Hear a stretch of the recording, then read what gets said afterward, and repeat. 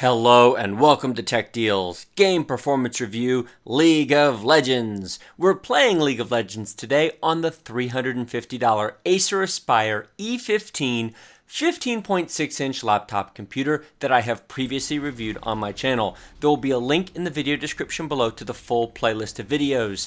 First boot, Windows Update, Windows Performance Review, game videos, and unboxing and overview of the machine, as well as the RAM upgrade. Go check it out below. This computer for $350 is a great value for the money. It has the latest and greatest Intel Core i3-7100U CPU. This is a 7th gen chip. It just came out about a month ago. 2.4 gigahertz clock speed. It's great value for the money.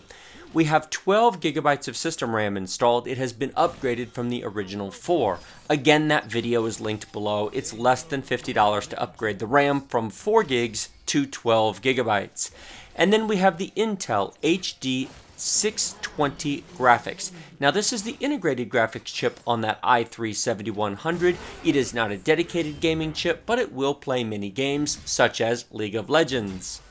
We are playing today at 1080p full HD resolution. We are at very high detail. All the details are turned to the max.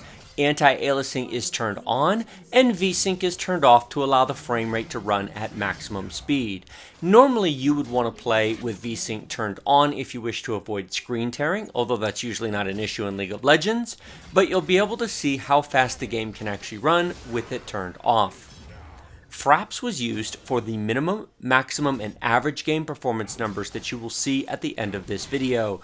Fraps was not used to record the video you're watching. Instead, an external HD60 Pro hardware capture card was used to record the video.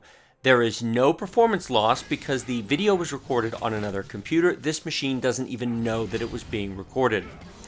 The numbers in green at the top left corner of the screen are from MSI Afterburner, a free program that you can download from MSI and you can use to watch what your computer is doing in real time. Briefly, the very first line GPU is the actual graphics chip itself, the HD620. This is showing that we are basically using 100% of the performance of our graphics chip. That is what is limiting any further frame performance in this game. The memory line, the first memory line, is the VRAM, or the video RAM on the graphics chip. Now there's actually no dedicated RAM on this integrated graphics. It's using main system RAM for that, but it's using very little, less than 500 megabytes. The third line CPU, that's our i3-7100U, and it shows that we're using 50% of it. Please note, because this is a dual core, quad thread, four thread CPU, when this is at 50%, we're actually using all the execution cores on the chip. So we are using both real cores. And the CPU is running at about 65 degrees Celsius. The fourth line is our main system RAM. We are using more than 4 gigabytes of RAM, and since the main system RAM is also feeding the integrated graphics, we're using a little bit more there. This is why the machine needs to be upgraded if you want to do things like this. Would League of Legends play on this computer without upgrading the RAM? Yes. But it would not be as smooth. There would be some stuttering as it swapped to the hard drive, as it was trying to use more system RAM than you actually have. It would use the hard drive for spare space.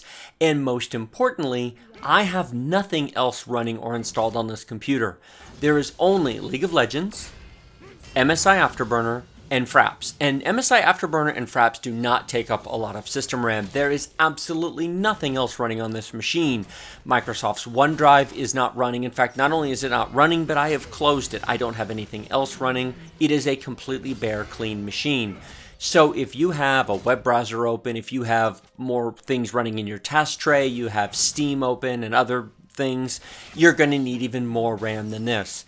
Now, it's about $25 to upgrade from 4 gigabytes to 8, which would be enough. That's plenty. I've upgraded it to 12 because I can, but there's no need to. 8 would be plenty in most situations. So, that's the system RAM. Frame rate. Now, you can see we're running in DirectX 9 mode. That's the last line there. D3D is DirectX 3D version 9. And we are over 60 frames a second. This plays just fine. We are at max detail, anti-aliasing is turned on, and we are comfortably over 60 frames per second. Now, I will tell you up front, there were a few spots in here where it was below 60 frames a second, mostly during transitions, teleports back, death scenes, etc. When actually looking at the frame rate over time, I'm not going to show you that chart, but the vast majority of the time it is over 60 frames per second. Just watch that for a minute or two in this video and you will see that we are very stable. This game does not fluctuate a lot in terms of overall frame rate. It plays just fine. So far, I've tested a variety of games on this laptop computer. You may or may not have actually seen them all at this point because I publish them one a day or one every other day over time. I don't put them all up at once. But Grand Theft Auto 5, very poor performance. World of Warships, adequate. World of Tanks, better. Rocket League, played just fine. Overwatch, it played okay. It wasn't very pretty. This game is basically perfect with all the details cranked up. In fact, so far, this is the only game I've played where you can crank all the details up and play it perfectly. But then again, it is League of Legends. As some people may comment, this game will play on a potato. So there you go. This laptop, for its price, is a value. But if you're looking at these videos, if you're watching my game performance videos on this laptop trying to figure out, is this a good gaming machine? Not really. It will. Minecraft I might test next. There's a few other things it'll do just fine, but it's not meant to be a gaming machine. This laptop is primarily aimed towards basic Windows use, web browsing, watching videos, sending emails, social media, doing Microsoft Office, Word documents, spreadsheets, etc. It's good for schoolwork, it's good for office work, it's good for general web browsing. It's good for League of Legends. It'll play Minecraft, it'll play Pinball FX2, it'll play some of the Lego games. It's not meant for the AAA titles. So if you're thinking of buying this laptop going, man, this is really great, how will this play? Insert big splashy game here.